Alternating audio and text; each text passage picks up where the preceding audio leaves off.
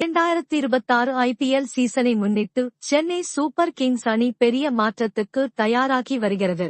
2025 சீசனில் கடைசி இடத்தில் முடித்ததால் புதிய வீரர்களை சேர்க்கும் முயற்சியில் அணி தீவிரமாக உள்ளது.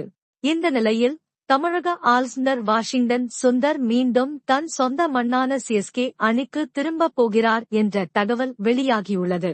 குஜராத் டைட்டன்ஸ் அணி அவரை ₹3.2 கோடிக்கு டிரேடு செய்ய தயாராக உள்ளதாம்.